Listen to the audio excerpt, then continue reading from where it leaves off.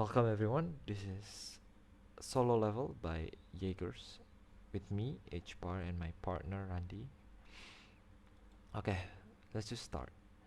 Solo Level have a high concept of a roguelike 2D action pixel art game where both casual and competitive player can enjoy the game. And the genre, as I said before, is roguelike 2D action. The core experience is an exciting gameplay as you traverse the solo level universe with different weapons, characters, and slay different kinds of monsters. Solo levels also have a few key features, such as 1. Roguelike element, where you get stronger the more you play. Second, get better weapons, characters, and upgrades. The third one, casual yet challenging for those who seek. Solo level also have a target audience between the age of 10 to 30, and it can be played by any gender. Or this game doesn't really have a specific gender targeted towards. We aim to get young adults, mostly who likes to spend their downtime on playing games. This game also targeted the PC market, and we planned to go to mobile after some time of developing the game. Business model of this game is gonna be a free-to-play game with a purchasable in-game items or in-game currency that helps you get more items or more weapons to help you claw your way through the dungeons in the solo level universe. Market opportunity. Let's say there's a 18-year-old guy from Indonesia that is burnt out too much from studying and he needs something to relieve the stress. What he likes to do is he likes being he likes the feeling of being overpowered in the game, and he likes activity where he can just turn off his brain and let the stress go away.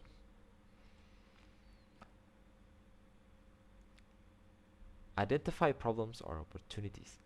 Roguelike games in general have a niche following. We want to target those roguelike games enthusiasts and casual players that just wants to relax and play games. Secondly, playing roguelike games where the controls and the enemy is sometimes too hard to enjoy and play. And the third ones, this is more of a supply and demand.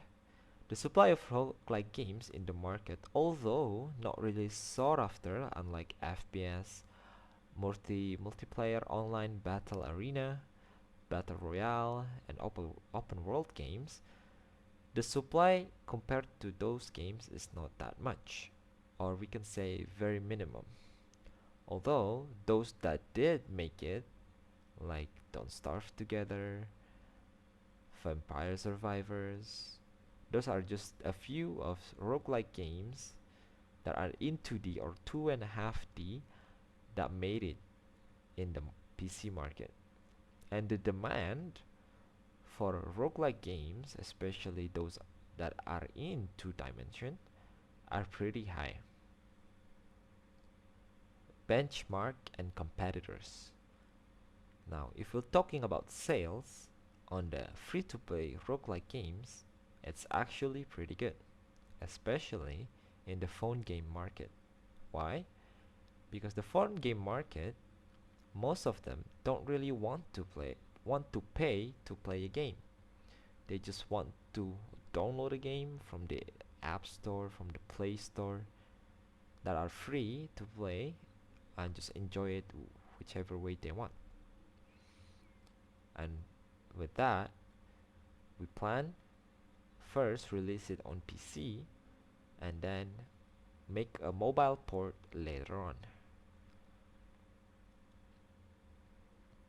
Product and solution. In here we have a vision of a game where everyone can enjoy. If you're a casual player, maybe just trying to relieve some stress, maybe if you're a try hard on a game, if you're a very competitive player, you can also enjoy the game because there's leaderboards, there's a lot of dungeons, a lot of things that you can unlock, and so on and so forth. The mission to make those vision happen: number one, we are going to design a game where it's fun and easy for the casual players. Number two, this one's this one is leaning towards the, the competitive player or the try hard ones, where you get more power the more you play. So if you like being overpowered in a game, or like you like having this power, or like being a powerful person in a game, that's what you can do. If you play more, you get more power.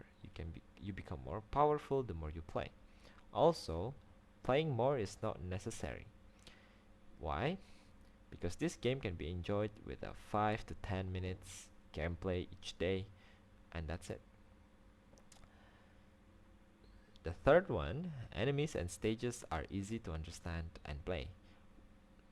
Why? Because the basic mechanics of the enemies are pretty straightforward, and the controls of the character that you are controlling is pretty easy to do as well. And the stages are pretty linear, with some exception in the later stages where there's gonna be a bunch more variations that you might find it challenging. The first one, value proposition, the hooks. In this game, we plan to add cute characters based on the solo level universe. There's some more epic weapons, maybe some legendary ones, some common ones, some basic ones. Yes. And then exciting levels and enemies. As I said before, the levels are gonna be varies. It's not gonna be one linear one. There's gonna be a bunch of variations that you can do, and you will get if you play more of the game. And the enemies also gonna be different, with different stats, different HP, different attack animation, different way they approach you, so on and so forth. The benefits: this game is easy to play and learn the game. Why? Because the basic controls and the basic attack are some of the easiest roguelike games out there. Compared to other roguelike games, this one's actually pretty easy. The next point is gonna be unique selling points. Our game gonna have a roguelike with RPG elements such as better weapons and or characters. Why? With better weapons, you can defeat enemy much easier, and with better characters, there's more buffs that could make you achieve those goals easily. This is some of the concepts that we have. First, proof of concept and validations. First, on the left hand side, you could see the main menu. Although there's not much right now, we plan to add more, such as options, maybe connect with other people, play and then get more characters, maybe get more weapons, so on and so forth. On the right hand side is the gameplay, where you as the player with the black attire and the black hair gonna have some attack animation. They're gonna attack the enemies so they can essentially just be gone and drop some items and loot. Here we see run it back. Next, we plan to add a leaderboard, such as on your left hand side, to make people that like competition, or like some of those people that is very competitive, can compete with other people all over the world. Not only that, there's a few options such as global, local, and France. Global is where you can compete with anyone around the world. Local is localized within your country, such as me, myself. If I'm from Indonesia, then I would be competing with other players that are from Indonesia. And the third one is friends. Yeah, in this game, you can add friends so you can compete with each other, or maybe you can join on the same guild and then form parties to play together. On the right hand side, we have a few concepts of the enemy, the items, and the mob drop. The first one being a bat. It's gonna be the many one of many enemies in this game. On the right hand of the bat, there is the top one, which is the crystal that are gonna be the mob drop itself, that could give you XP and other currencies so you can progress faster. And the middle down from that is one of the concepts of the sword that gonna be in the game. And last but not least, there's the HP potion, which are a very low chance of random drop from the mob, that you can drop that HP potion so you can heal your HP.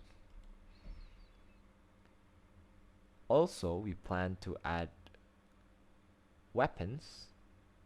As I said before, there's going to be some rarity. There's going to be legendary, epic, rare, and common.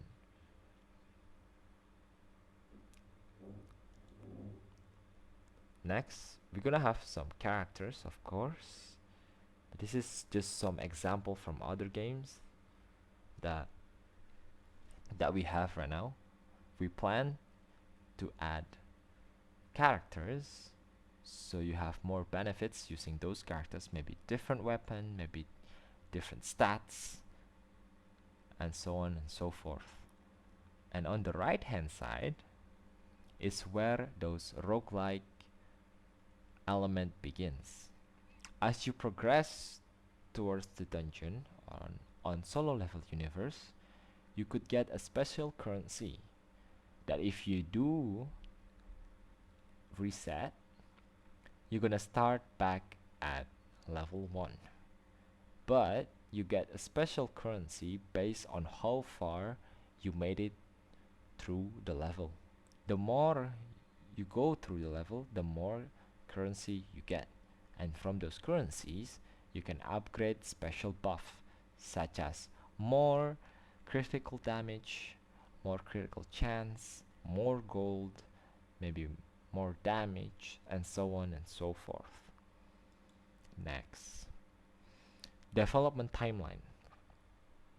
We have a early access within 1 month as of today. From early access, we're gonna have special perks for those who did get the early access.